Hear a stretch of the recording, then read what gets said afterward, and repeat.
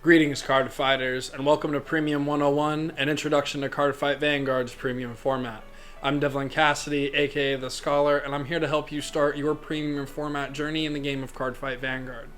I hope that this starter's guide for today's clan is very beneficial in having you figure out what deck you want to pick up when you decide to play premium. I hope that you find this video very informational and helpful, and hopefully have you start on your premium journey. Now we are diving into our second to last clan for this entire series, so thank you for sticking with me. We're going to be going over Link Joker, the other premier control clan inside Cardfight Vanguard that Bushiroad tried to fix because they said the lock mechanic should have never existed. But we're going to go over Star Vaders. So this was the first deck type for Link Joker ever that essentially tried to make your opponent's entire board unusable. Through the lock mechanic, you flip a card face down if you played against Messiah, but they keep those cards there. So you keep your opponents off locked zones. So you keep your opponent, just triangle lock them if they're playing a force or protect deck so they can't get extra excels. And they have no rearguard swings, like forever. So it's pretty good. But let's get over what Chaos Breaker does. So Chaos Breaker is the main grade 3 for Star Vaders. It's when a card is unlocked, you can Soul Blast 1, retire one of those unlocked units, draw a card, and then your opponent removes a total of 2 markers from his or her circles or protect markers from his or her hand. You are then able to get a imaginary gift force for each of those markers removed this way. And so you finally now get gift deletion inside of Premium. And so when you get rid of Excel markers, those units that are on those Excel markers retire because their zone ceases to exist that they are existing on, which is also something really powerful to do. And the reason that this interaction is important is because you have promos such as the Mineral Lady, which is very hard to find. This deck is kind of pricey to build, but I'm also explaining this so that way you guys know when you're playing into it, that she can unlock a card during your battle phase. So as the opponent, she can unlock your card, then the opponent can activate Chaos Breaker's effect to pop one of his rear guards and rip 2 markers. So just be cognizant of that that does happen very frequently, and that they also have access to the G Guardian and Destiny Guardian that does the same, that can unlock too. So be wary of that and be mindful of that, as that is definitely a possibility. And shout out to Jake, by the way, for getting second place in BCS New York with this deck list. Congratulations to going to Worlds, homie. The deck also can now force cards to be put onto the board as locked, so they don't even need existing units to play. So Zirconium puts it from the top of deck as a face down card as locked, and then if your opponent puts that card in the back row because it has to go to an open rearguard circle, unfortunately you give me the chance to draw on that Zirconium to get plus 10,000 power. Globaldia lets you call a card, your opponent chooses a card from the drop zone, they call it as locked, and then Cold Death puts one from the top onto the board as locked. Craven Claw is free advantage. This gets you on hit on the attack and boost to check the top 5 for a Star Vader and add it to your hand. No discard, so you have access to the Star Vader named PG that draws a card if your opponent has 3 or more locked cards, or the potential Star Vader heal trigger that you guys have access to that's your counter to Soul Charge heal. My list plays that when I play Breaker, but you also have access to Paradigm Shift Dragon, which is a crit that goes back to deck and then locks the back row rear guard if your opponent has a locked card, so very, very strong. And then you also have Freeze Ray Dragon, which sometimes is your first ride. So Freeze Ray Dragon actually can lock an opponent's card mid-battle phase when you are dealt a damage. So let's say they swing at you with one rear guard and they hit, and then you can just lock the other rear guard and then they're out of like attacks. So they only can swing with their Vanguard and you just PG it. So that's how that works for kind of like the main deck gist. And there's just so many control lines inside Chaos Breaker. You have Burial End if you want to ride into Freeze Ray, defend yourself, and still want to get rid of your opponent's gifts. If they got into the History Collection strides, Burial End removes each and every gift marker, and then he gets plus 10k and a crit for every marker removed. Glue Ball Avalanche is a CB-less way to lock your opponent's front row. The main stride of the deck is Chaos Universe. You can actually select a card from your not select a card from your opponent's hand, but just get to select a rearguard circle for your opponent to choose a card from their hand and place it as locked. And then if you have 2 or more face-up cards in your G zone, you get to lock another unit. Very, very strong that you get to just essentially start choosing your opponent's zones of what is invalidated by them. Deluge is a very interesting card. So Deluge lets you Soul Blast 1, you flip a card face down from your G-Zone, flip it face up, and you have to discard a card.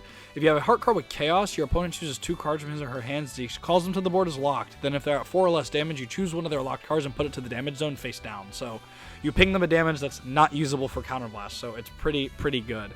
You also have access to Death Star Vader Glue Ball Dragon, and this Glue Ball has to Persona flip itself. It's why you want to aim to play 4. And you get to Soul Blast 1 and flip a card named Glue Ball face up in the G Zone, and then you get to lock a card on your opponent's board for every rear guard or for every face up card in your G Zone.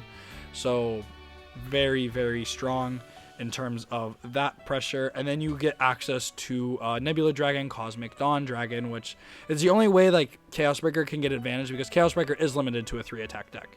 I think it's like one of the few only decks in Premium that doesn't have like a lot of multi-attack because it has none. Off the top of my head, that's where that comes from. But Destiny Guardian is your main G-Guard. Being able to unlock to activate Chaos Breaker's skill during your opponent's turn is very powerful, so do not sleep on that.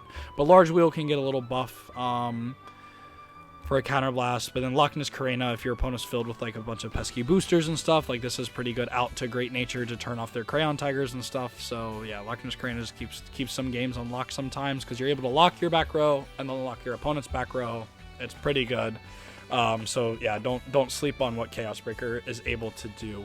Then we're going to move on into Messiah. So this was Bushiroad's attempt to prevent the lock mechanic. So you would have to lock cards with Messiah, but then unlock them to gain effects. And with new Alter Ego, when any card is unlocked, you get to Soul Blast 1, draw a card, which is pretty good value, but be given History Collection, you're able to go into the new Judgment Messiah that gives you double Force. So while you go Force 1 in Chaos, you're actually going to go Force 2 with Messiah because of this card right here, Volcagode. Volcagode cannot be called, cannot be written like just straight up like regularly. It cannot like stick there. It has to be placed on the rearguard circle as a locked card. But when you unlock it, then you get this amazing ability to, at the end of the battle, attack the Vanguard. You can lock it and give one of your other units 10k. Which is very free, and peep that it's a 30k base. This card is crazy. Do not sleep on Volcagode, please, because you also get good value out of other cards that self-lock themselves, like White Martyr Yacht. When it's placed, you can counterblast 1, Soul Blast 1, you choose a card from your drop zone, you put it down as a locked card. And during the battle attack, your opponent can only normal call and only grade 0 calls. Grade 0 card, so only really guard and be able to guard with triggers, and it also resurrects that Volcagode, so it's pretty value. Plus it's a grade 3 you can discard for cost in terms of that, and you also get access to the new Alter Ego Neo Messiah. Also shout out to my boy and my teammate Alex Pereira for sending me this list. This list is actually like pretty cool. I didn't know that this card existed till just right now viewing the list, but I can understand ultimately like what it does for the deck. You also have access to this promo of when this unit is rolled upon by grade 3 with Messiah in its card name. You search your deck for up to 1 grade 3 with Messiah and its card name different from your Vanguard, reveal and put it into your hand and shuffle your deck. So this can automatically fulfill the condition to do the Superior Stride play to get the double Force marker already. So you just, I ride this Alter Ego Messiah, I get Alter Ego Neo Messiah, and boom, I discard for cost. Like, it's really good. Don't sleep.